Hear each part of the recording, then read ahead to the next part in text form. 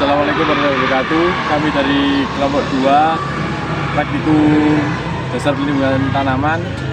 Perkenalkan, saya Erlangga Bayadi dengan NIM 084. Dan saya Akmal Fikri dengan NIM 090. Saya Elvan Kurniadi NIM 020. Saya Desi Puspitasari dengan NIM 088. Saya Ali Rusli Hidayati dengan NIM 036. Penyakit klorose atau klorosis pada jagung merupakan kondisi di mana daun tanaman mengalami perubahan warna menjadi kuning akibat kekurangan klorofil. Hal ini dapat menghambat proses fotosintesis dan mempengaruhi pertumbuhan tanaman. Penyebab klorosis pada jagung meliputi kekurangan nutrisi seperti nitrogen, zat besi, dan magnesium. Kekurangan nitrogen biasanya menyebabkan daun tua menguning, sedangkan kekurangan zat besi mengakibatkan daun muda menguning dengan urat hijau tetap terlihat. Penyakit juga dapat berkontribusi baik melalui infeksi virus maupun jamur yang mengganggu penyerapan nutrisi. Selain itu, kondisi lingkungan seperti pH tanah yang tidak optimal dan kelembapan tanah yang tidak sesuai dapat menghambat penyerapan nutrisi. Paparan herbisida yang tidak tepat juga dapat menyebabkan stres pada tanaman, memicu terjadinya gejala pada klorosis. Ciri-ciri tanaman jagung yang terkena klorosis mencakup daun yang menguning, terutama pada daun tua, sedangkan daun muda mungkin tampak lebih pucat.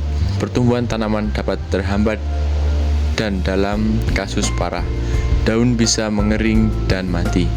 Pada kekurangan zat besi, umumnya urat daun tetap hijau, sementara bagian yang lainnya menguning.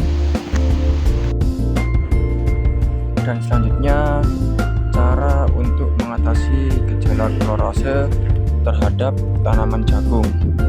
Yang pertama, kita perlu lakukan identifikasi penyebab utamanya. Apakah disebabkan oleh kekurangan hara, infeksi patogen, atau kondisi lingkungan yang tidak mendukung. Jika nekrose diakibatkan oleh kekurangan nutrisi, terutama kalium atau magnesium, lakukan pemupukan dengan takaran yang sesuai. Jika nekrose disebabkan oleh infeksi patogen seperti bakteri atau jamur, penggunaan fungisida atau bakterisida yang direkomendasikan bisa menjadi solusi. Selain itu, perbaiki drainase lahan untuk mencegah genangan yang bisa memperparah infeksi dan jaga kebersihan lahan dari sisa tanaman yang terinfeksi.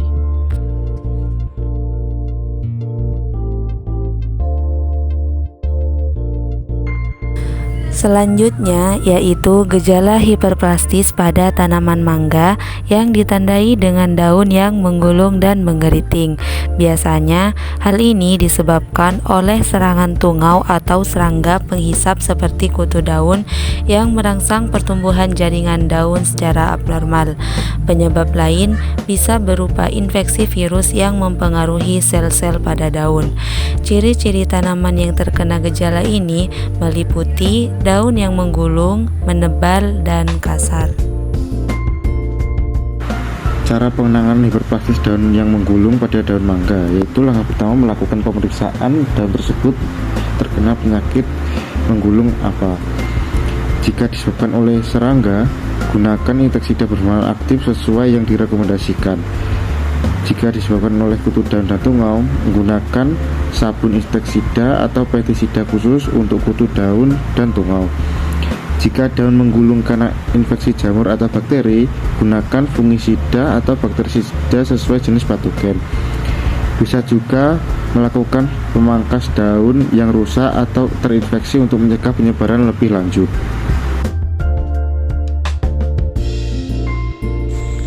Untuk selanjutnya ada hipoplastis kerdil pada tanaman jagung. Ada penyebabnya, yang pertama yaitu infeksi virus, cekaman lingkungan, nutrisi yang tidak cukup, kerusakan akar atau serangan hama tanah, dan yang terakhir ada faktor genetik. Untuk ciri-ciri hipoplastis kerdil, yang pertama itu ukuran tanaman lebih pendek. daun menguning atau terlilit, pertumbuhan daun yang tidak normal, produksi bunga dan buah yang berkurang, dan akar tidak berkembang biak dengan baik. Untuk penanganan penyakit kerdil pada jagung yang disebabkan oleh gejala hiperplastis dapat dilakukan dengan pendekatan terpadu. Langkah awal yang penting adalah memilih benih yang tahan terhadap penyakit kerdil dan melakukan sanitasi lahan dengan membersihkan sisa-sisa tanaman yang terinfeksi karena patogen dapat bertahan di tanah atau tanaman inang lain. Selain itu, jaga pola tanam dengan rotasi tanaman menggunakan tanaman bukan inang untuk memutus siklus patogen. Untuk meningkatkan ketahanan tanaman, berikan pemupukan seimbang dan pengelolaan air yang baik agar tanaman tidak stres. Jika infeksi mulai tampak, penggunaan pestisida yang sesuai dapat membantu menekan penyebaran, namun harus digunakan secara bijak untuk menghindari resistensi patogen.